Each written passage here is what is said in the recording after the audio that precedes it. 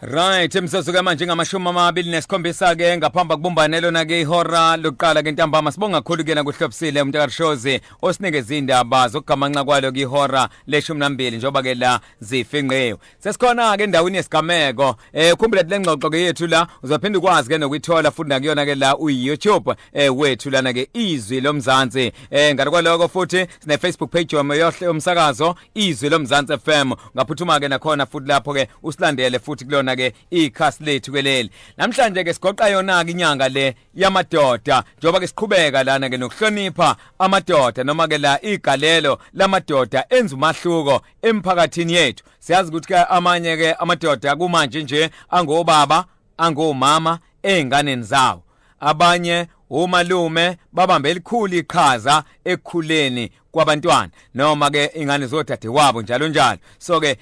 bungaza leyo madoda kanjalo ke njengoba siphetha yona lenyanga nje lena ke namhlanje nje sinaye lana ke khulukazi ke lesithi ke i-Man of the Month yezwi lomzansi njengoba ke siqhakambisa ke la ikakhulukazi ke uhambo namagalelo ka advocate Siphile Buthelezi njengana la i-Man of the Month indoda ke la ephinde yakhombisa bona ke ubuholi isebenza nangakuzikhandla nebe isibonelo ke sihle impela kubantu abasha nakwamanye amadoda. Ngiyabuka nje ukuthi lathi ngeke ngabalula nje phambili ukuthi kunesigaba la khona eke wancelisa khona amawele, right?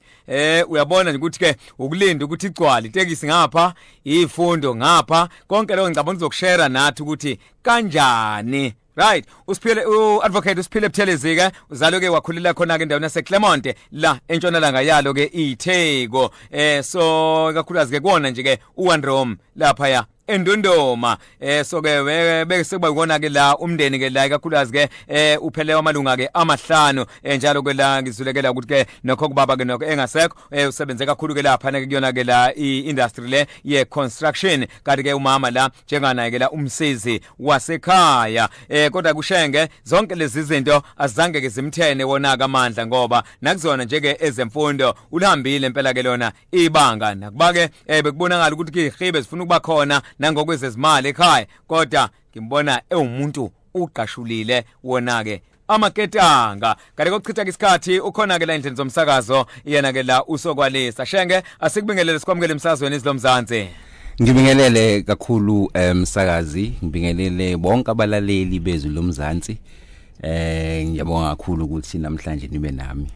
Siyabonga kakhulu. Kodwa kulungileke sengikhile nje phezulu lana ke sikhuluma ngaye la uadvocate lana ke uSiphile Buthelezi sengingachaza ke nendawo le obuya ke kuyona ngiyazi uhambo nangokwezemfundo especially ngoba khona umuntu uzothi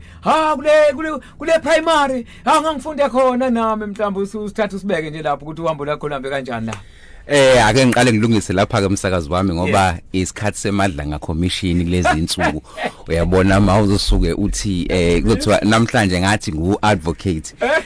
kanti I'm the attorney of the High Court. Attorney of the High Court. Yes ummeli kusasa bazothi ngafika kwizilomzansi ngathi ngu-advocate so ake sikulungise lokho kodwa ke ngiqhubekela phambili cha uSiphile lona wakwaButhelezi ngizalelwa khona lapha ngakhulela khona eClermont endunduma khona ke lapha ngase bathi manje ilokhuzane i-stadium lesilapha endunduma. Okay. Kade ngidlalwa khona nje iPremiers Cup kulezi insuku eSugar Ray. Khona izitolo lapha ekuthiwa kwaMthembu noma eBusha kwaManzolwandle. Okay. Ngaphinde ngakhulela estandeni sakwaMavundla esilapha kuZungu Road. Okay. Ngasemathuneni ke lapho ke Claremont endunduma. Ngifunde eClenaville. Okay. Lapha yana kwa uprincipal ngaleso sikhathi kwawu mem Ngubane mangaphazami Claremont lapho ke la ngafunda khona bangaphansi uAnje ngafunda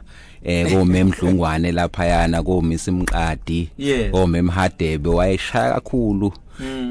fundisa biology eClermont and then from there sasuka ngoba behlala khona eClermont sasuka sayohlala eYbank so ngaqedela khona sengiqedela eYbank lapho ngafunda khona so izifundo nje mabangaphansi ngiwafundele eClermont lapho engikhulula khona ngumfana wakhona la eThekwini so ke ngeke ngafika futhi kwizilomzansi dala kodwa awuyena mafika izihona dala ngangisafunda nokufunda ngakayi nase university ngoba ngikhule ngumuntu owenza umculo ngangilapha ngokomculo nasemculweni ngani khona nisase lapha eDurban Station phezulu alright so ikhaya leli lami futhi lapha eZilomzansi yes siyabonga kakhulu kodwa ke nakho ke la after yona ke Waybank la secondary school so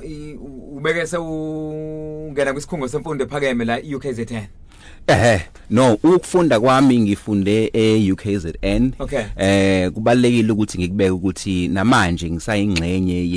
yeUKZN ngoba ngiyimember yeconvocation uyabona iconvocation laba ukuthi mangabe graduate abaqale bangene kuqala abanye befaka amajazi abovu bafike bahlale lapha phambili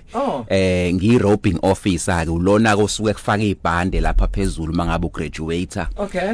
eUKZN so ke ngisayingxenye enkulu yomphakathi owakhele isikhungo semfundo noma ingxenye futhi yasisikhungo semfundo ngifunde khona ke izifundo zobumeli LLB ngaqeda khona kungelulake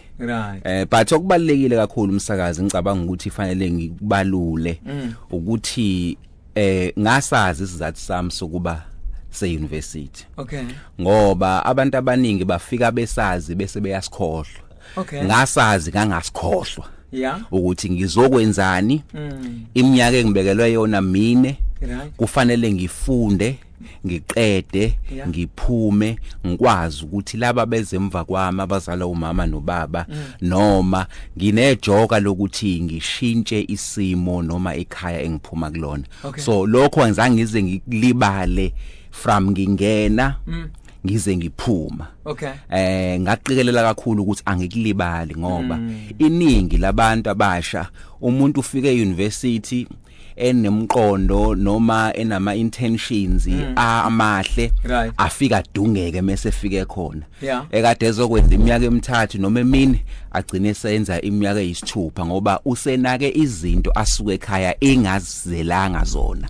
angizange ngize ngikhohle lokho ngoba ngagraduate ngama distinctions ngitha lapha ko 8 bangaphazami kwi LLB yami emfundweni zommeli noma ngabe ngikwenza noma ngabe ngifunda ngicabanga ukuthi uke wabalule qeleni mina bengishayela itekisi ngifunda ngishayela nje itekisi ngifunda ngilayisha ukusuka khona la ku Queen Street la eThekwini ngiye khona eWestville campus from Westville campus to iLokhuzane iReng ngifuna sibeke isithupha ke lapho ngoba ngiyayizwa le ndaba uthi ifika khona eTexini nje usukwadlula na kwi construction futhi mfowethu ikhulele khona ngifuna sithinteke masibuya ngapha ke eDola sabo sikhuluma ke naye lana ke ummela wase High Court lana ushilo ke la soke njoba ke ikakhulukazi ke insizwa ke lena ke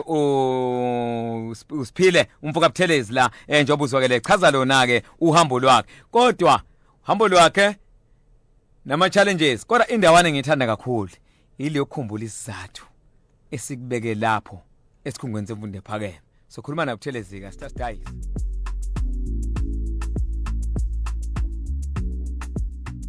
Kanti ke manje ngu16 minutes to 1 o'clock emsazweni wakhe eZomzansi 98.0 FM sithi zomehluko siphetha ke inyanga yamadoda ke namhlanje sibungaza yena ke lana ke insizwa lena ke engummeli ifundeke lapha ke izifundo zawo lapha ya esikhungweni semfundo ephakeme ke iUKZN yena ke lana ke usiphile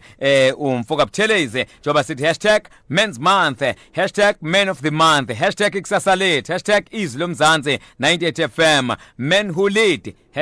#July Men's Month. Njoba namhlanje sibungaza yena ke lana ke uShenge nangalo kuhambo lwakhe. Shenge sixoxele ke la. Uthole usuba kwimboni le ye construction before itekisi. Ningena kanjani? Uthola kanjani ngoba ngiyakhumbula ukuthi ubaba nawo bekuyona lemboni. Cha umsakazi ngikhulele khona. Uyabona njengoba ngummeli nje ubaba wayeyathe saphila athi hey mfana wami kuyihlazo kakhulu ukuthi uma uyindoda noma kuthiwa ungafunda kangakanani kodwa uhluleke ukulungisa nje udo wesicapha I door handle. Mangabe ilimele safanele uziyobiza umuntu. So ke waye kusho lokho ngoba njalo ngama weekends wayesithatha siyosebenza naye. Sikhule kanjalo thina sasingenawo ama holiday. Umgqibelo ama holiday ekole sasihamba naye siyosebenza. Ngikhuluma nje I-plumbing ngiyazi njengoba ngazi umthetho. I-tiling ngiyazi njengoba ngazi umthetho. I-construction nje as a whole ngiyazi njengoba ngiyazi umthetho. So ke kwathi uma ngabe ngiqeda umatric benganayo imali yokufunda ngahamba ngaye eGoli ngabuya ngase ngibamba kamatoho kubaba ngiqhubeka ngalapha engangigcine khona lapha nje eWaybank abasendiya bakhona bayangaza abaningi ngenxa yokuthi ngangibuye ngibe nama constructions wami noma ngibe ngithola amathuba okupenda imizi yakhona eWaybank lapho nje so ke into engikhulele kuyona into engiyaziyo in fact umuzi ehlala kuona umuzi wabazali noma bengasekho ekhaya wakhiwa yithi nje siwumndeni akekho umuntu wangaphandle owabeka isitini ngenxa yokuthi kwakumsebenzi ubaba esebenza loyo so angaze ngiqhelelane nawo ngenxa yokuthi ekuhambeni kwami sengummeli ngeke ngaba nje ummeli in construction and engineering lawyer ikhusile neMedupi ama power stations lawa khona eScom igama lami lingavela nje ezabanye babameli abasebenza kuona sengisebenza njengommeli ke engineering and construction so ke nakhona ngenxa yokuthi into engikhulele kuyona into engikhule ngiyazi kakhulu niba ngaki kwenu ekhaya ke sibane ukhona udadewethu omdala ubaba banaye bengakahlangana nomama uD bese kuba ke ngilanywa ke mina usamkelisiwe usisi wami omunye ngiphinde kube khona umfowethu usima naye noma waziwa ngoGiving kodwa nje izona lezi ingane zabazali bami noma bengasekho weqiniseka uthi ukhulela ku forum cha hayi forum mina eClermont nje awukaze babe khona forum lapha eNdunduma ilokhu ngolimu lwakhona lapha eClermont kwakuthiwa amagogogo so ke u1 room nje ngizalele kuona sakhulela kuona noma sesisuka sesiyohlala kwaMavundla estandeni sakwamavundla sekuzungu road futhi nakhona one room ilapho nje ngizalelwe ngakhulela khona ngizalwa intombi yakwambili noshengeke bobabili abangasekho so zonke ke lendlela lesisiqalo ke lesi ke njengoba sukwazithinta nje sikhuluma ngawo la uthe magogogweni nazo ke imiso nje abakubekele zona abazali ukukhulisa zisekele kanjani mhlambe ke ifiso zakho noyibonayo namhlanje nokukusekele kakhulu ngicabanga ukuthi ama icredit ngiyanikeza abazali bami ngoba noma bona bengazange baze bafunde bafikele emabangeni aphezulu ubaba nje ongizalayo wayengakwazi nanokubhala igama lakhe wakufanele simaye ebhala igama lakhe nimnikeze iID abuka ukuthi kubhalwe kanjani bese naye eyabhala umama yena wavela esikoleni wasekububa ukuthi ke I think wayefunda ku standard 8 wase wayekiswa ke esikoleni amantombazana engafundi kakhulu akuthiwa umalume bona bafunda kodwa amantombazana ingazi amantombazana kubo kamama zona kwakufanele wawugcina ebangeni elithizeni sekufanele ukuthi uhambe uyogana but okubaleke kakhulu engingakusho ukuthi ukuba umama walicosha ithuba lokuthi afunde wayoba into enkulu ngoba lokho kushiso ukuthi imaths nje sayifundiswa uyena saze sadlula saze safika ku matric kodwa yena engazange afike ku matric kodwa wayazi imaths kwa matric also amanye ama subjects wayekhonze kakhulu imfundo wayethi noma ngingafundanga mina abantu abami kodwa ngifuna ukuthi nifunde nize nidlule nifinyelele so wayazisa kakhulu imfundo nokuthi imfundo ingaba isikhali esikhulu kakhulu ukuthi ushintshe impilo yakho so ke nenkolo ke abazali bebekholwa kakhulu simbonge ke noJehova ukuthi sikwazile ukuthi sibe yingane ezikwazile ukuthi zibalalele ngoba uyabona ngingaka nje angaze ngibuthinta utshwala lokungazalwa ngibaza ukuthi testa kanjani wabamba ukusho ngabamba ukusho baye bathi abanye but why ngithi cha ngalalela nje ekhaya bethi wayethi uma wangaphaka ePortshepstone usotshwala bathi ijiki athi ubaba wayethi ijiki liyazakhela ikhehla lalo so ke ngabamba lokho ke angaze nguthinta ugwayi so ke ngasho ukuthi imfundiso zasekhaya nesintu ke ubaba ke yena wayemuntu wesintu kakhulu baba wayesintu umuntu wesintu kakhulu so ke ilozo nje imfundiso zabazali ngeke ngize ngisho ukuthi ikhona umlingo 10 kwaba ukulalela nje imfundiso zabazali ngihlale kuzona uma ngabe bethi lokhu ungakwenzi ngoba kwala noma ngabe sengihlale euniversity angizange ngize ngilibale ukuthi ngisuke ekhaya 1 ngifundisweni okwesibili isimo sinjani okwesithathu lento ekuthiwa ngizoyenza la iyona lento ekuthiwa ingalishintsha ikusasa lami ishintshe nemuva lami la ngiphuma khona ngingasho nje ukuthi inyi credit nginikeza kona ukuthi ngakwazi ukuthi yebo isikhathi samanje ke kuthiwe mhlawumbe imfundo hayi ayisa guarantee ukuthi izoqhaza ikusasa lakho ngeke ngithi mina noma kunjalo hamba uyofunda ngoba ithuba elivelayo kuyoqalwa ngawe wena okwazile ukutholela leso sicucu leso so ke imfundo nje imfundiso zabazali kakhulukazi noJehova ukuthi ke ngoba abazali bese basikhulekela umsakazi basikhulekela imihla namalanga noma ngabe sona akukhulekele kusho ukuthi ke uJehova emuhle wayilalela imithandazo yabazali bami ngokuthi namhlanje ngibe njengoba nginje igalelo nobudlelwane buka baba wakho le ndoda eyobaba wakho nje sikhuluma ngenyanga yamadoda siphetha namhlanje ungathi mhlawumbe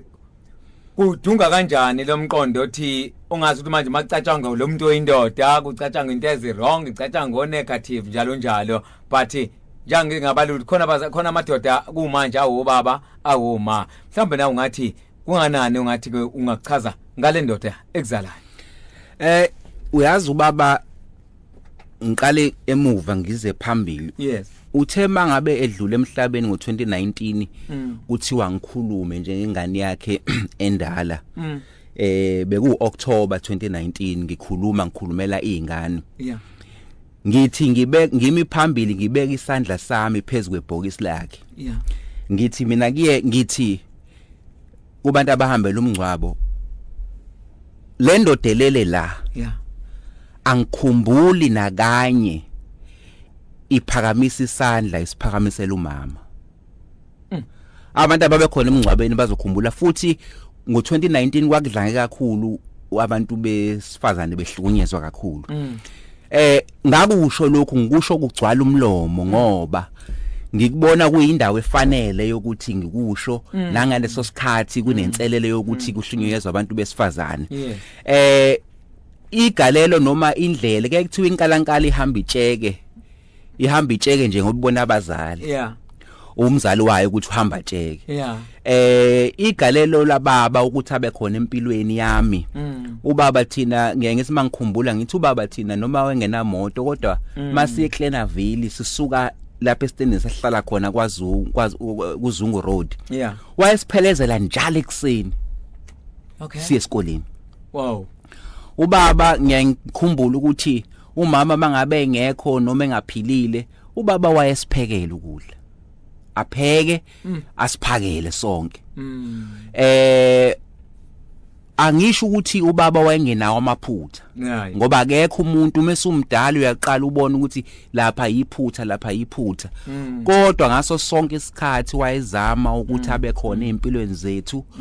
wayezama ngaso sonke isikhathi ukuthi ahambe ngokuqonda abe yisibonelo esihle kuthina kwenzela ukuthi nathi sikwazi ukuthi sike iphetheni kuyena nami ngiyangithi njoba ngumzali manje ngiyaye ngithi noma ngabe ngikhuluma noma ngabe ngithetha ngithi ngiye ireference ngasonke isikhathi kuba umzali Yeah. ngithi hey mina ngikhule kuthiwe ekhaya kwenziwa ukuthi ngikhule kuthiwe ethubaba akwenziwa ukuthi Yeah. kodwa uma ngabe azange ahambe kahle phambi kwami ngaba ngimenzi abe yisibonelo ukuthi ngithi hey mina ngikhulu ubaba 8 Yeah. ngoba naba abazali bethu babethi mabesifundisa bathi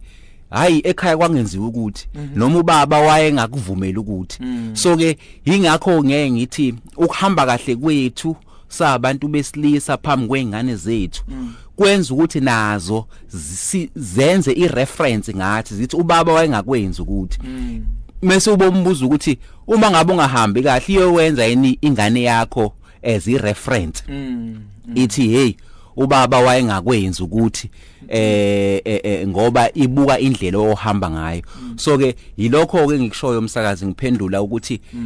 ngabe khona yini ubaba akwenze kahle ngisho ukuthi yebo umzali noma waye umzali nje umuntu ephila emhlabeni unamaphutha kodwa le yansizwa kaButhelezi ibe yisibonelo esihle phambi kwami nami ngakho namhlanje ngeke ngenze ireference sometimes mangabe ngikhuluma noma ngibeka izinto ngithi azihambe ngendlela ethizeni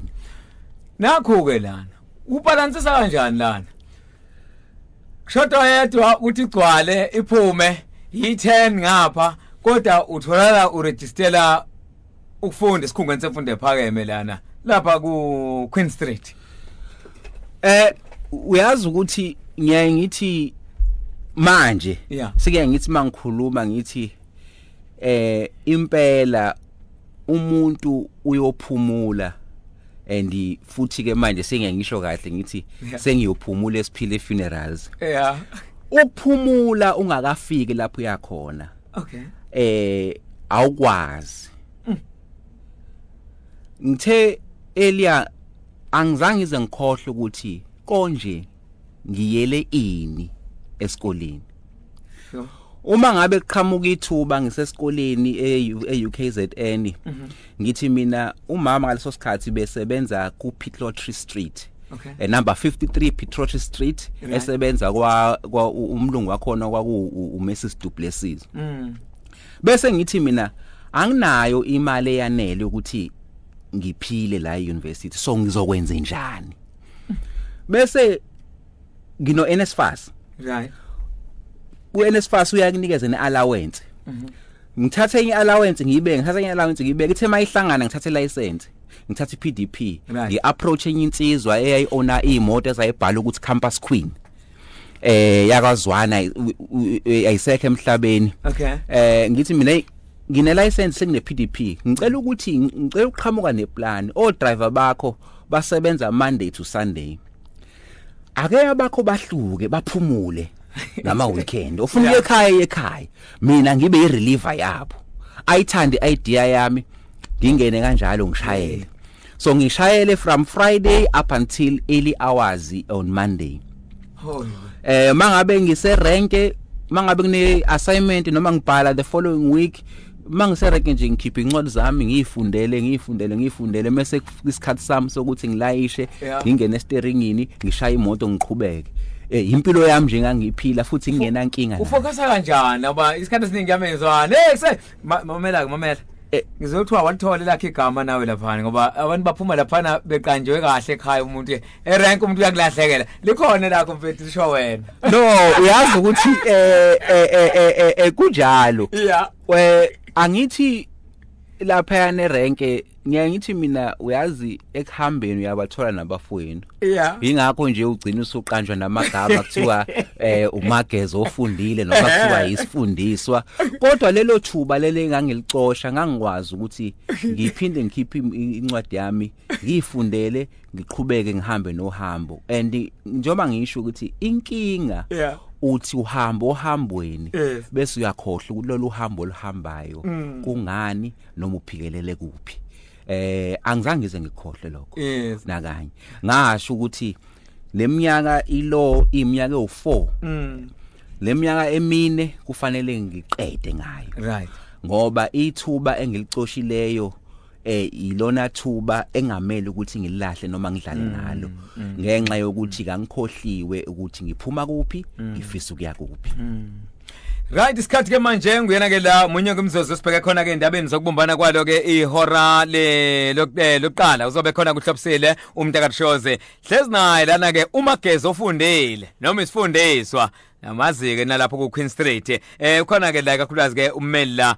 uSiphile Buthelezi njoba ke sikhuluma nje namhlanje siphetha inyanga yawo ke amadoda sibheka nobuholi ke bawo uzule ke la ithinta kakhulukazi ke nobaba wakhe komzala uqobo ke lwakhe njoba ke sibungaza yona ke inyanga le yawo kamadoda sibungaza ke negalelo lakhe njengoba uzwa sixoxa nje kodwa lungeleke la Shenge ngizocela ngiyintshontsha nje eminye imizuzu yakho la mangase ngibuya ngapha ke eindabeni ngoba khona mina amaphuzu engifisayo la ukuthi ukwazi ke ukwathinta ke na uhlelo ikusasa lethu lele emsazweni wakhe izilomzansi u98.0 FM sithizwa umehluko engicabanga ukuthi ke nomyalezo wakhe lana kuShenge uqukethe wona impela ke la ikusasa lethu mangabuzwa ke la ekhumbuzana na uqobo ufundayo ukuthi azisizathu esikubeke esikoleni nanguMarshozi nendaba sokubumbana ngehora lokuqala lengxoxo yethu uzokwazi nokuyithola ke lapha ya ku YouTube.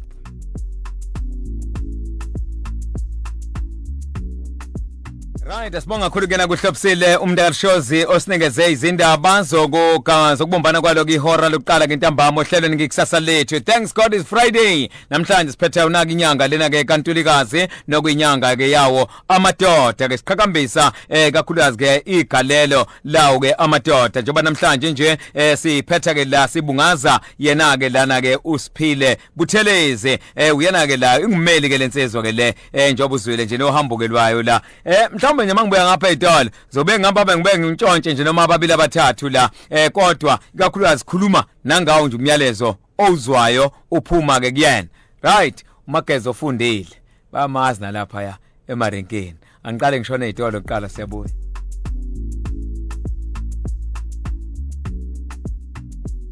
Right, sehlezi nayo lana ke iman of the month yes lomzansi lana khona ke lana ke uSiphile Buthelezi so ke la insizwa ke le kakhulu zenze kakhulu ke la ifundo lezabo ke la ummeli njengoba ke yena ke la ummeli uzule ke nohambo lwakhe impela ke la seluhambile sibheka nje nemuva ukuthi ke isukaphi ngacenze kuthiwa hawu phela ngoba laba hayi abalwazi useze bavamele kodwa ke uzwile naye uhambo ke la esuka khona kodwa ke khona la uthi ke ngibuke lana ku WhatsApp line qala ke le Shenge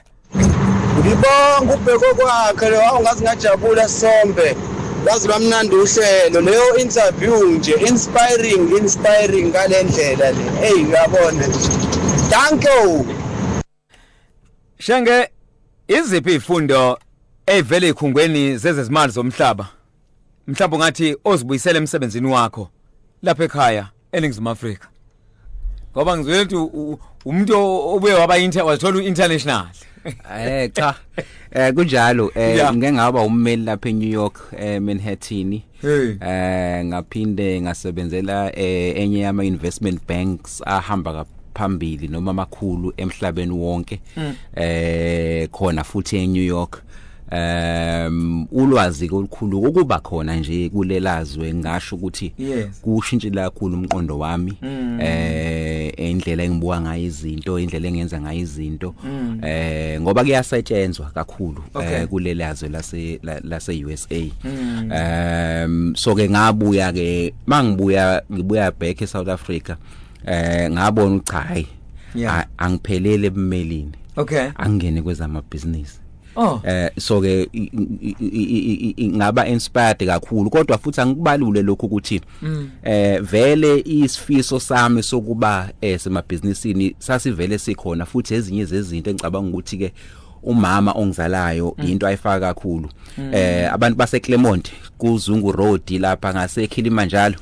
ingane zakwaButhelezi bayazazi zayidayisa ingubo lezi kuthiwa amasekeni umama ke wayebuya nazo ingubo lezi eWestville afika ayithenge kubelungu lapho bese sinikeza thina ke sifaka ama label yabona ama label lawa blue no white lawa ama exercise lo bhala khona igama la sinamathisele sibhala ama prize singena imizi ke lapho ke kuZungu Road eClermont sidayisa ke ingubo so ke ukudayisa nokunderstanda ukuthi inkece yenziwa kanjani ngiqale impela emabangeni aphansi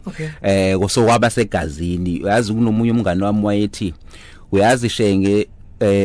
ayikho imali ongayenza enkulu njengokudayisa ngithi mina kanjani athi uyazi ukuthi mina uhlala elokhuzeni emazweni aphesheya athi mina ngifike ngibheke ukuthi yini eshodayo eAfrika bese ngihamba ngiyithungatha ko China noma kuphi bese ngiyilethe athi uyazi even isipikile uma ngathi uyisupplier nje yezipikili nje ungaba nenkulu imali le so ke indaba zamabhizinisi ke ngikhule ngizenza ngifundisiwe khona ekhaya ingakho nje ngathi mangibabe sengibuya nolunye ulwazi emazweni aphesheya ngase ke ngibuya ke sengiba kusomabhizinisi njengoba ngikhona kumabhizinisi amaningi nokuhlala ke kuma board ke amaningi ngoba ngicabanga ukuthi ngicoshe nalelo thubo lokube ngibe kuma board amaningi enkampani ezinkulu lapha eSouth Africa ezinye ezikuhulumeni ezinye ziyimele yabona funa le yeyindisa cha ngike ngaba ilokhuzane kwiboard yase SAA yes in fact ngakusho nje ukuthi mhlawumbe emlandweni weSAA ngi youngest board member eke yaba khona SAA ngaba uhlalo weSAA technically ngaba uhlalo weboard yala eKZN Growth Fund KZN Growth Fund yaziwa ke ngenxa yokuthi osoma business bayahamba bafike bayafaka khona babe yocela imali zokwenza qala ama business ungene ezimbonini bafuna ama loan baya khona kumanje ngisedube trade port ngikwiboard yakhona lapha yana eKing Shaka airport ezinye zeinkampani sengingaba kuzona ezikahulumeni kusukela ngo2015 abantu kubaye babuza ukuthi awu kanti ungakanani lo muntu usegoqe ingaka cha ngiyayikusho nje ngithi ngibe umuntu ofocus kakhulu ingakho ngikwazile ukuthi okuningi ngikwenze ngisasemfishane lapho ke izwe ezikahulumeni ngeke ngase ngiqalela ke zami inkampani ngiyabona nje la ukuthi ukhona phana kwiSphile Group ngibe sengiqala iSphile Group enkampanini zami engibe nazo ngaphansi kweSphile Group khona inkampani yama security egadi ibhedlela neminye iminyango kahulumeni ekhona lapha kwaZulu Natal noMasipala iSphile Security Services leyo ngaqala inkampani yabangcwabi iSphile Funerals ekuyiyona in fact nje ngisho ukuthi ke izovula nje Monday mhla ka3 August sivula ibranch nje la eThekwini eMbilo ngibe neSphile Properties la ngithenga khona ama properties ngiwarentise kanjalo bese ngiba ne logistics kuye kuthiwe uyabona umuntu akhule athi angidlala ibhola ngoba aliphumi kuyena nasembonini ke yamatekisi cha sengikhona manje ayizo udrive when experience subuya ngomyulaye isokisi ngiyalazi so manje yasothi ugada kakhulu so manje mangabe ngaphelele ngiyayazi ukuthi hayi ayiphelele ngithi ngeke uzukushaya shaya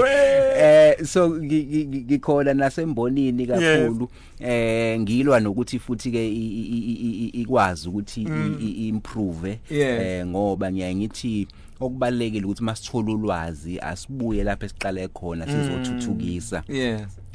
zikhona imoto ke nginazo ke lapha eGoli so ke ama business ami engiwaqale phansi enginyuka nawo kusho ukuthi ngiba nesizini ukuthi ake kulonyaka angifocuse la kulonyaka angifocuse la njengoba nje manje ngifocuse kwiSphile Funerals nje ilapho engifocuse khona engiyibuilda khona and iyakhula kakhulu so ke nokuthuthukisa ke abantu abanye ngoba ngiyaye ngithi iphuthe esikhulu esibuye silenze ngesinye isikhathi sabantu abampisholo ukuthi uma ngabe istep isugibelile usuphezulu bese usikhahlela uma ngabe wenze njalo ke ufike kuthiwe ufuna ukuthi kube wena wedwa esigodini sangakini cha akulungile masenze njalo zikhona ke ezinye izinto engizenzayo for imphakathi ehlukeneyo ukuze ukuthi kungagcini ngami kuba khona usiphile kepha babe khona abanye usiphile futhi emva kwami ezinye zezinto lezi engizenzayo ke emsakazi kodwa ke okukhulu kakhulu okuyikona ke ngicabanga ukuthi ukuthiwa inyanga yamadoda njengoba siyivala really ukuthi nakhona ngathi giving back to i-society noma i-community nakhona einganeni lezi ezalwa yimi ukuthi ngibe ubaba oqotho ngiyangithi mina noma ngizokuqala ngikusho ngesilungu ngiyangithi if there's something esingayenza kangcono is to be better than our fathers kusho ukuthi lapho ubaba abe agcine khona mina angithathe ngiyise kwelinye izinga uma ngabe ubaba ngiyangisho nje ngithi umsakazi uyabona ngangiqala mina ukuze ubaba ozala mina ngo2019 ethi uyangithanda ngoba into esingayijwayele ngithi kodwa ngangiqala kodwa owami engimzalayo umfana ngimtshela imihla namalanga ukuthi ngiyamthanda ngoba ngiyaye ngithi ngakha indoda ezoba ngcono kunami ikwazi ukuthi iphathe kahle abantu ephila nabo kangcono kunami indoda ezokhula amadodana amabili amadodana nami azokhula athi ubaba simaze nje thina sithathe sibeke senze kube kuhle kudlule lapho babeshiye khona ilokho nje ngiyaye ngikwenze kuyinyanga yamadoda emsakazi Ubalekela ku TikTok si live lapha ku TikTok izwi lomzansi ngalokwaloko futhi uzokwazi ukuthola ke lengxoxo yethu nalapha ku YouTube izwi lomzansi ngiyambona nje la no Fez gogo wabantwana uthi ke sisifundo sungalahli ithemba kanti khona ukuhle okuzayo siphetha inyanga amadoda sibungaza ke la namagalelo akhe la uShenge umageza ke ofundile khona nofisa ukusho nawe la nokhuluma noShenge la sabo yebo sanibona njani siphelele bakulizo lo lapha sasingibulisa nabalaleli no nensizwa leyo mina lezwe mina nje imibuzo yami ibili ngiyayibongela ke mighty isemabhizinisi ngoba njengendlweni yama siyathandaza ukuthi abantu ngathi ngokuna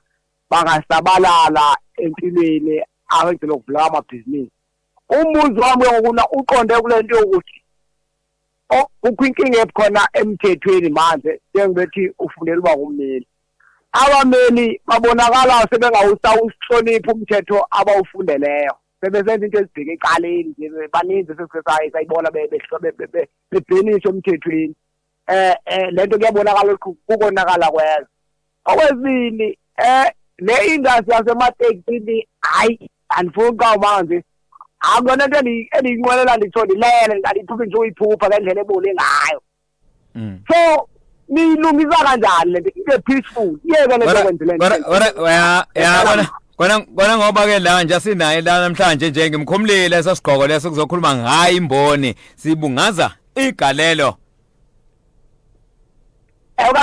ukwazi njengoba kumphela antu plus buze izinto esifuna uzazi kuba bayilungisa kanjani yabona siyabonga kakhulu ngathi ngizogodla lapho khona uhlaka ngafana ngibe nalo manje ufuna sikhuluma ngaleso right kodwa ke mhlawumbe ke la okunye kwako ungakuphabula la Shenge no kuyiqinisa impela ngeke ngize ngikuzibe ukuthi bakhona abameli abatholakale bengenzi kahle njengokuthi nje mhlawumbe uthola ukuthi usegcine ummeli sefake isandla sakhe lapha engafanele asifake khona enkeceni mhlawumbe yeclient bagcine sebexoshwa ekutheni babe abameli kusuke lo muntu ephambene nomthetho ephambene nesifungo sakhe asithathayo ngoba mangabe uba ummeli kunesifungo sithathayo enkantolo ephakeme ukuthi uzole wenza izinto ngomthetho ingakho abanye beyithola sebe strike off noma amagama abesesuswa emagameni abameli kusuke ku wrong kakhulu ke lokho ke futhi ke ekakhulukazi ngiyangithi mina umuntu onjalo usuke ngenazwelo lolukhulu ngoba kuyaye ukuthi uthola ukuthi omunye umuntu mhlambe ngenze example nje uphunyele u5 million kwa Rafu awungitshene isuke sithi inhliziyo yakho uma ngabe uthatha u4 million wonke usunikezwa umuntu 1 million so ke lokho kusuke kukubi ngeke ngize ngithi ngizothena iblind eye ukona umthetho ke ukhona ngiyaye ngithi mina uma ngabe ummeli wakho engenzi kahle kukhona lapho ongakwazi ukuthi umreporte khona ngoba njengoba sikhona nje kulalapho nathi eShaka Foundation esihlonipha khona so ke wena uma ngabe uyikhasmende uyakwazi ukuthi yo report cha ummeli wami ubuthelezi lapha akangiboni kahle u1 no2 uma ngabe sephutheni bazomgweba lokho kwasembonini ngeke ngithi mina for isikhathi eside sabantu abampisholo imboni besingayithathi njenge business okay like any other business ngicabanga ukuthi izinto eziningi zonakala uma ngabe singaqonda ukuthi imboni singo businessmen akuyona yomtizwa kepha ibusiness khona enye inhlangano engikuyona la nginezimoto khona uma ngabe kiwa emeetingini it's a must ukuthi ugqoke utie nejacket okay awuyi khona ngeskipa ngoba uchairman wakhona wathi ufuna ukufaka lengqondo yokuthi ibusiness lesizokhuluma ibusiness uma ngabe ugqokela iskipa nje uma ngaphandle so ke ngicabanga ukuthi ezinye zeindlela zokuthi imboni ikwazi ukuthi ithuthuke sibone as a business ngoba once uyibona as a business you understand ukuthi ibusiness there's competition ebakhona uncintiswana kodwa futhi oku healthy kakhulu ilokho nje ungakusho kodwa ke umkhulu umsebenzi usuwenziwe ngicabanga ukuthi mawungabheka eminyakeni e20 edlule namanje isithuthuke kakhulu nalokho umfowethu akhala ngakho ngineqiniseko sokuthi ngelinye ilanga kuyoshintsha ngoba futhi kunegazi elisha elingenayo futhi embonini elibuka izinto ngendlela ehlukileyo ngelinye ilanga iyothuthuka zingabi khona inkinga ezikhona Sibungaza ngesiphetha nje inyanga yamadoda sikhuluma ke naye lana ke uShenge la sengummeli manje sawubona sabona for short division noShenge nyaphela siyaphela mfana kethe sandaba hayi waShenge yebo mfowethu phela futhi uhalalisela kakhulu mfowethu iyakhulu lebona amatekisi odlule kuyona ngoba yabona leyamboni abdula dibedi kuyona because ekumthandi ngayo ngoba wawuyazi indlela yakho la okhokophele khona ukuthi chaye passing ngiyajula ngoba yabona abafundi abaningi kodwa nababona ke bathele namatekisi bathi ngani ngenza manje bekhuluma ngeteaching kodwa ke umuntu ake ngibambe la ukuthi ngiyela phela kodwa nangakhona ngithanda ukuthi action inkosi ngibongene ukuthi wathi ungena wena saboyithula ke uyayigqoma kodwa ngicabanga hayi la ngiyafika phela ulapho ukhona khona ngithi halala ngibongene ngithandaba lo Sibonga kakhulu kaMthethandaba right Msakazi ngibekele kuwe studio nabalaleli emakhaya okhulumayo uSipho Rasaduma isobho kaphayi kwaba udlayo la emevilo dabuka le matateni msakazi sibonge nje ukusilethela ummeli ubuthelezi asiyaye sizwa istory sakhe siyeza ukuthi ngempela ke kuqinisiwe makuthiwa from nothing to something kusuke kusho into ezikanjena ngempela ke hayi sibonge kakhulu baningi abantu abazogqugquzeleka ikakhulukazi nentsha nje izogqugquzeleka kakhulu mayilalele lezi ndaba ngibonge ke msakazi Ake ngibingelele baba uSithombe eredweni ehloniphekile izilomzansi ulo wakadubeka amaqoma lento kwa10 ake ngiphendule umbuzo wakho ubuzile ukuthi ivoti lizoma kanjani Okay kulungile ke la sobe simcaphuneke naye la kwamanje sikhuluma ke naye lana ke umnumzane la ke uSiphile Buthelezi ummeli ke lo kodwa ke siqale ngalo kuhambo lwakhe nje la suka lapha ku construction wathi construction wabheka kuyona imboni le yamatekisi wabe lungisa futhi nento zencwadi lapha nje renke so ke ku Queen Street bamazi ngaye ke la uMageza ufundile noma isifundiswa right siphetha nje ngamadoda lisabona Sithombe uyaphela ngiyaphila ngizomfishane uMasango lengene emaromeni Mageza ngicela ukumbongela nje uShenge hayi mina Shenge ngifuna umsula abazali abengizisile esikoleni ngasibanjela amagwava neintombi nesele endleleni free Yabona baba Masango lengene kuzophawula kuShenge ke lapho ngicathi izabuyela kulento akayisho ukuthi ke azisizathu esikubeke lapho esikoleni right siphetha nje inyanga amadoda sawa Esabona kanibothe nobabuthelezi lapha ba uthoba sandiyo ngiyambonga report ngizolumlandi wakhe ampothe anamuthi ngikhanda ngibikanda ngimthanda kakhulu ukuthi ngiyabiyona ukuthi ukhona semthethweni lo akukho angakwazi ibhizinisi lokwakho yazi ubhoti solandela umntu ukhule kanjani ambuse nje uNkulunkulu ba usifuthi nathina nje simlalele apha phela ubhoding abakhulu eGoodstone. Jakada. Siyabonga kakhulu. Right. Shenge siyakhona ke emaphethelweni la ingqoqweni yethu la. Ubuholi bangempela nempumelelo kusho ukuthini kusiphile Buthelezi namhlanje? Ubuholi bangampela ukuhola ngokuqiniso kulabo baholayo. Ukuhola ungabheke inzuzo.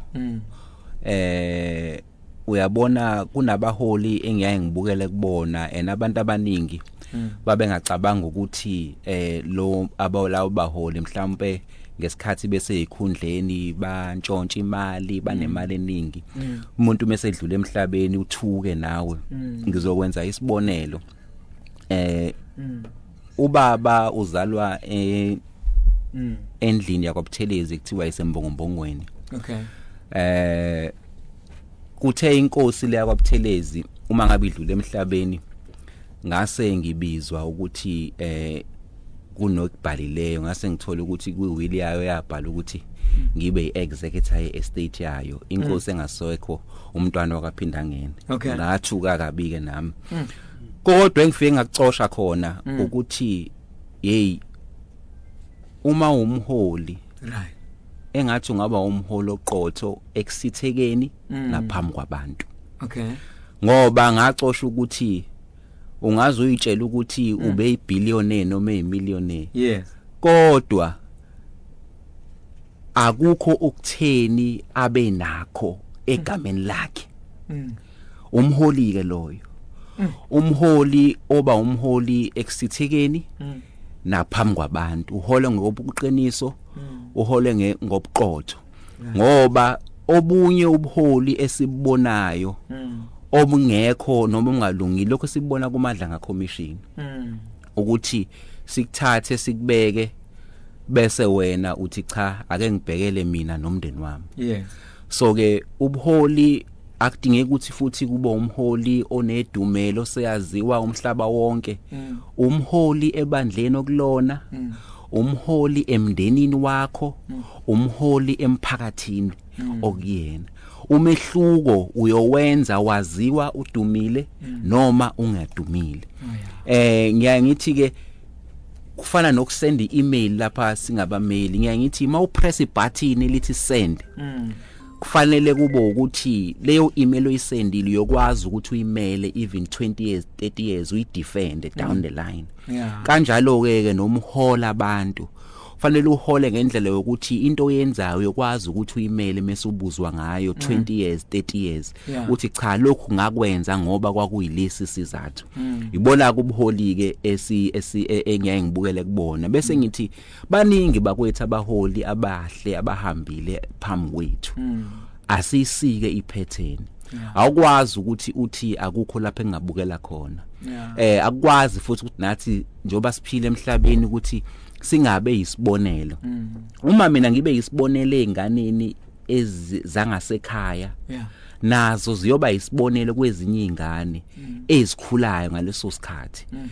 esihle. Asiwaswela ama role models. Asikwazi futhi ukusiwaswela ama role models emphakathini wethu. Ilokho nje engingakusho umsakazo ukuthi masingabaholi asibe abaholi abahle phambi kwabantu nasemfihlakalweni ube umholi uyimele into noma ngabe siphumela obala okade uyenza ekufihlakaleni. Ngiyathokoza. Funa masibuke endabeni lashenge siqoqeke lana ke siphendula nje wona kumbuzo lo ukuthi uma ke intsha ilalele njengamanje ihlale edolobhaneni noma ke endaweni yasemakhaya nayizizwa ukuthi hayi inselelo singenhla iphunyuka kanjani njengaloku nawe waphunyuka. Hlobiselo Shows uzosiphakela ke indaba zokugamanqa kwalo ke ihora lokuqala njengaloku imzosinga 30 shayela vundla ke elokuqala ohlelweni ngikusasa le.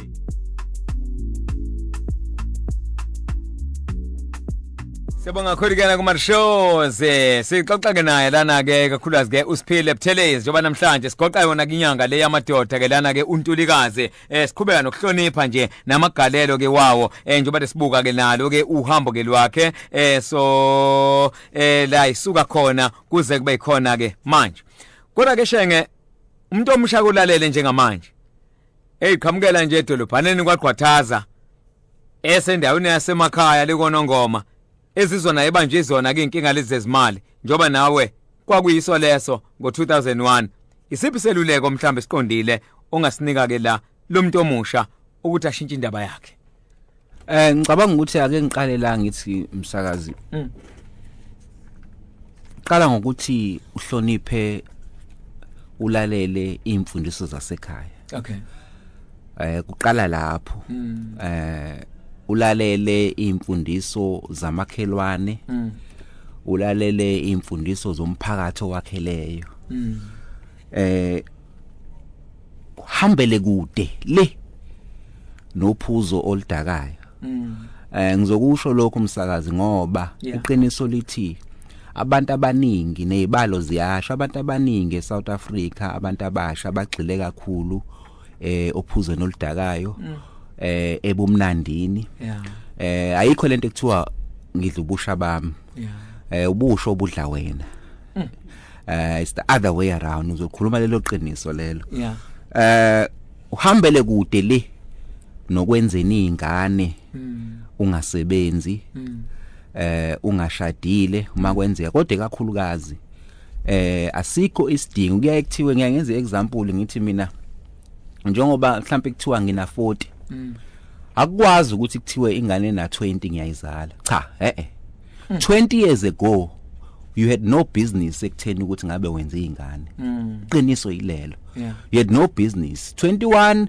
18 19 20 21 22 you have no business ngoba uma ngabe kwa matric una 18 19 20 21 use university 2020 22 mhlawumbe uyaqala uyasebenza. You have no business ngoba ezinye zezinto zokuthi ithole sesihlupheka ilento yokuthi ugijima ukuthi ufuna ukuba mdala isikhathi singakafiki. Iqiniso lelo elemsulwa iqiniso abantu abasabayo ukuthi balikhulume. You have no business ekutheni ukuthi ngabe khona umuntu oyisidalo ngabe umlethe emhlabeni ungasebenzi useyingane nawo under no 22 no 21. Okwesibili imfundo iseyisona isikhali sokuthi uphunyuke ekuhluphekeni bakwethu. Angikhathali ungathini noma ngabe ungaba usoma business noma ungayiqalela amabhizinisi kodwa le mfundo ngiyangithi mina ukuthi ufikile nje euniversity kuyawushintsha umqondo wakho. Umuntu ono standard 6 akafani nomuntu ono matric. Right. Umuntu ono matric akafani nomuntu ospende 3 years ku institution of higher learning. Ngoba isigaba nesigaba empilweni siyawushintsha umqondo wakho, siyawushintsha indlela obuka ngayo izinto. So ke imfundo isabalekile entsheni yakithi. Akhona ke amathuba. Uyabona i-smartphone leso siphethe. Akusona sa social media kuphela. Inkulu into ongayenza nge-smartphone osiphethe uhleli kwaNongoma, uhleli oLundi, uhleli eNquthu, uhleli ePortshepstone. Asona sokubona ama celebrate ubani ohlukene nobani. Cha, uyazi umsakazi ake ngenza isibonelo. Ngengathi ngikhuluma nomunye umuntu omusha ethi akasebenzi ngithi mina ufundeni athi ngifunde economics. Ngihlele ekhaya. Ngithi mina uyazi ukuthi yini sidingayo abantu abasha badinga i-change of mind. Indlela obuka ngayo izinto. Ngithi mina njengoba une degree ye-economics uyazi mina nguwena ngaba ngihleli athi awusho kanjani siphila. Ngithi mina 1 une smartphone. Njengoba une smartphone yini ekuhlulayo wena ekutheni ukuthi njalo ngoekuseni mawuvuka ungene ufunda ama markets ukuthi enza kanjani ko JSE. Bese njalo wena uprepare a paragraph ubhale ngama markets kwi social media yakho. Usuke lapho uze kwizilomzansi. Izilomzansi njalo emva kwendaba lineslot. Uthi baphathi bezilomzansi ngicela ukuthi njalo emva kwendaba uma kulehlanu noma kumsomlungu ngikhulume ngama markets. Mahala. Angidingi ukuthi ngize studio nizokhuluma online ngisho ukuthi cha inkampani ama markets enza ukuthi nokuthi iJSE yenza ukuthi China yenza ukuthi mahala. Kusasa izilomzansi lizosimesela nebudget lithi emva kwendaba sifuna economist. Lithinte wena ngoba selikujwayele. Lithi sibanibani hayi sesinayo ibudget asike silokhuze. Ngithi mina uyazi ukuthi uma wena ungaya ubese uya kwi local newspaper uthi ngicela nje icolumn encane lapha ekugcineni ukuthi njalo once a month ngibhale free of charge ngaba market ukuthi imarket ezenzani. Ngithi mina uyabona lapho ukuthi wakha iprofile yakho usuzokwaziwa emsakazweni waziwe ku social media ukuthi wena umuntu okhuluma ngama markets you studied economics. Ngithi mina uma ngabe kuthiwa you studied omunye uthi ngisifunde iBcom accounting ngithi manje njengoba ufunda iBcom accounting awuqashiwe ngithi mina athi yena ngithi mina zingakhi bangakha ama business aselokushini la ngakini ubani owenzela amabhuku yini ekuhlulayo ukuthi wena ungene ema business uye kunodokotela ngakini fanele badinga ibookkeeping kunama hardware ngakini badinga even manje ama business amancane ngakini fanele register ku CIPC. Ngithi mina ke yini ekuhlulayo ukuthi wena uye kubona mase be u10 uba charge 500 ubenzele ibookkeeping awuyicreatelanga yini lapho umsebenzi wokuthi wenze ibookkeeping. Waqala wabuka ngithi mina into esiswele sometimes ukubuka izinto ngeso elehlukile kunelijwayelekileyo. Amanye ama opportunities akhona la sikhona ehleli khona kodwa siwaboni ngenxa yana i-education system yethu ikakhulukazi iproducer abasebenzi hayi abantu abazocreate imisebenzi. Hayi uphinde lo ndawo. I-education yethu yabona nje i-education yethu isikhathi esiningi iproducer abantu bama CV. Ingakho ungeke uzulibona ithuba lokuthi lo dokotela ongakini njoba mina ngifundile ngenza iBcom accounting angiye kuyena ngithi Dr Buthelezi ngifundi neBcom accounting ngicela ukuthi ngikwenzele amabhuku akho uye kumuntu wangakini even ispaza manje ngenxa yokuthi abantu ufanele ba register ku CIPC uthi ngicela ukwenzela amabhuku uma ngabe osoma business bangakini be10 ubenzela amabhuku abo uba charge 8000 usulo 10000 lapho kodwa ngenxa yokuthi mindset yethu i-education system yethu ithi asiyo wenza iCV ingakho uzohlala ekhaya 3 years ne degree ye marketing where unephathi smartphone kodwa wena manje usungakwazi ukuthi ube ne marketing business yakho uyirana ngesmartphone sakho ngaphandle ukuthi uzulinde iCV. Enye into umsakazi example isekhaya ubhuti wami is one of the senior firefighters la eThekwini. Uthema ogcina ekhaya ngithema ngabe ngiqeda ukuthi ngimsize ngokuthi afunde wayesehlala ekhaya ngathi mina engeke uhlaleke wathi how ngathi mina uzoya ko volunteer e-fire station. Uyazi ukuthi umfowethu umsakazi nabalaleli waye volunteer even ama night shift ngimnikeza imali okugibela athi ne night shift ngithi mina yazi wenzelani njengoba usugraduateile niba u20 noma niba u30 niba u100 nonke niphethe qualification efanayo uhluka igama lakho eyakhe ibhala ukuthi sima naye Buthelezi eyabheka ichonco ibhala ukuthi ibheka ichonco. Uyazi ukuthi umehluko yoba kuphi mase kuphuma ithuba lomsebenzi iyoba sekutheni ukuthi wena uyobhala ukuthi unale qualification kodwa uyobusubhala ukuthi une experience. Kwathi makuphuma amathuba la eThekwini kwamasipala akabhalanga ukuthi une qualification kuphela. Uyabona njengoba nje kunama companies amaningi la mhlawumbe ufundele accounting hamba uye accounting firm uthi ngicela nje ukunikeze kosa desk ne computer ngifuna mina ukuthi ngivolunteer. Njengoba uvolunteer uthola lento ekuthiwa experience awukwazi ukuthi uhlale ekhaya ne degree noma ne qualification yakwa marketing yakwa tourism ungakazi uye kwi lodge yangakini uthi mina ngicela ukuvolunteer ama services ami ngoba wenzelani kwi-CV yakho mase kuphuma ithuba usuthi mina ngine 6 months experience. 6 months experience yebo kuphi ezilomzansi ngenzani ngifreelancer khona ngenzani ngakhuluma nobaba uXulu ngathi mina ngicela ukuthi ngibenzele imarketing usuyabhala leyo experience onayo. Inkinga abantu bakhala ngeexperience kodwa akakaza acele kumfowabo noma kumzala wakhe imali yokugibela athi mina ngifuna ukuvolunteer la ngifisa ukusebenza khona. Ayikho inkampani engathi no. Uyabona njengoba mina nginenkampani nje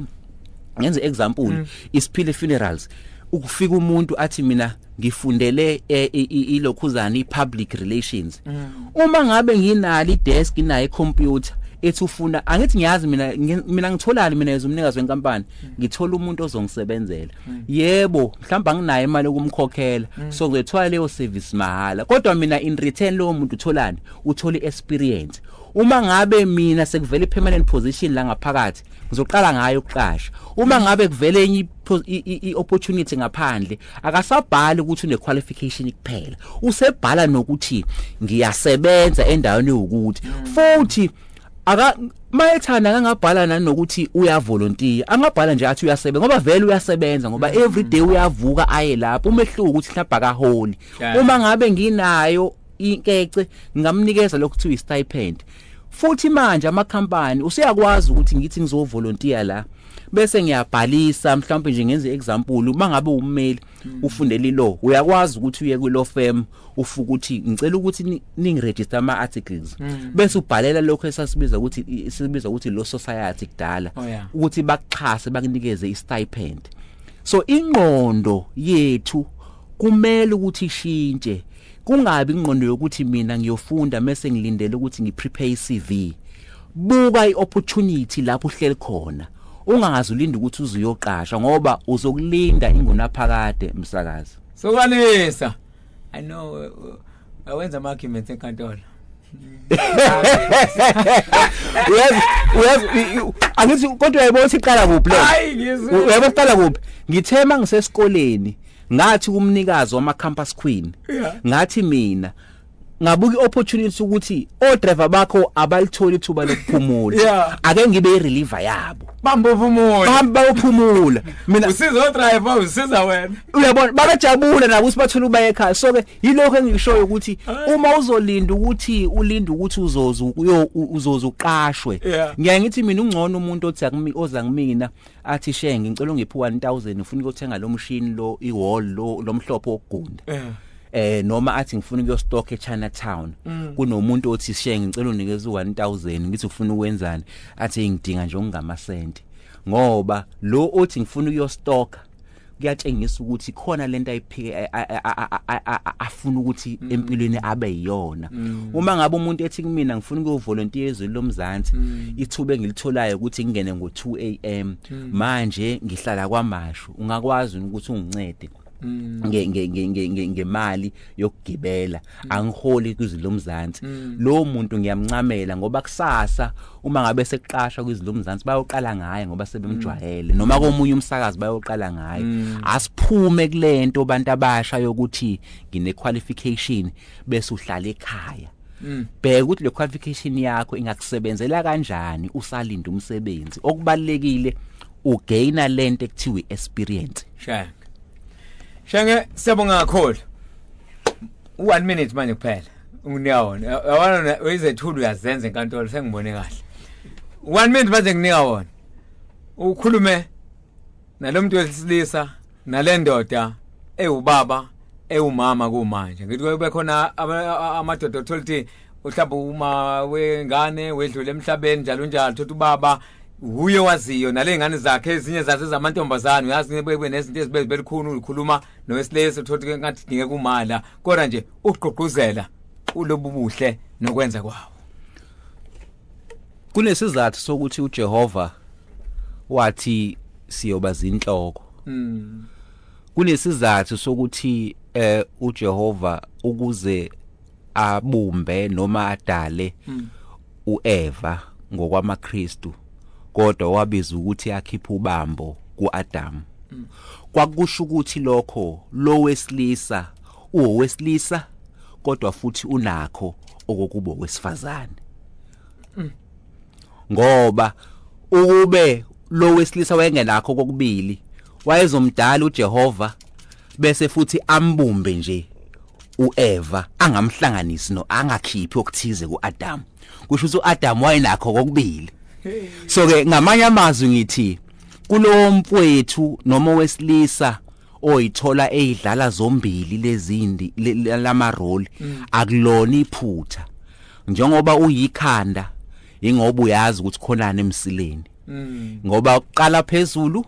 kwehle kodwa isikhathi esiningi okuphansi kuyayengazi ukuthi phezulu kuqhamuka kuphi. So ke uma ngabe umama mfowethu uyithola ukuthi umama wasekhaya engasekho ukhulisa izingane, zikhulisa izingane ngokukhulu ubuqotho, zikhulisa izingane zingayiboni isikhala sokuthi umama akekho. Abantu besifazane bayakwenza ke nakho lokho. Nathi bakwethu asibe khona. Uyazi umsakazi sengivala. Ngiyaye ngithi mina ayikho ingane ezalwa yimina eyozalwa ngingekho. Ingane ezalwa yimina kusuke ngikhona ewodini. Whether kuvumelekile ngokwesintu noma akuvumelekile, let's a debate for another day. Kodwa ngathatha isinqumo ingane ezalwa yimina. Inkaba yazo isiwa yimina ewodini. Yebo, ezalwa yimina nje ngoba nginalento ethi let us do better than our fathers. Uma singasuka senze ungcono kwenziwa abazali bethu, siyoba namadoda ayovikela imndeni yawo, angeke ayihlukumeze imndeni yawo. Siyoba namadoda ehlangana nomuntu wesifazane ehamba emgaqweni ngo12, ingaboni ukuthi ngingamgebenga, ingaboni ukuthi ngingamhlukumeza,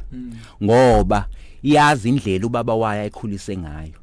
Indlela engikhulisa ngayo umfana wami ngiqiniseko sokuthi uyoba okungcono kakhulu kunami. So ke uma ngabe uyithola umuntu wesilisa oyithola efanele alule ingane yomuntu, ingane yesifazane, even noma kuthiwa isizoqala ingene ibe nezinsuku zayo, mfowethu zibambe iqine isabelo sakho. Lo muntu wesifazane uyothi noma ekhuluma kuphi sekuthiwa amadoda asehlula azilwane aqhamuka athi awami ubaba akaze abe isilwane ngimina. Kodwa owami ubaba waba umuntu nginje umama washiya sibancane. Mina phela fanele ukhumbule ingane yomuntu wesifazane, ingane yesifazane first love yayo uyise.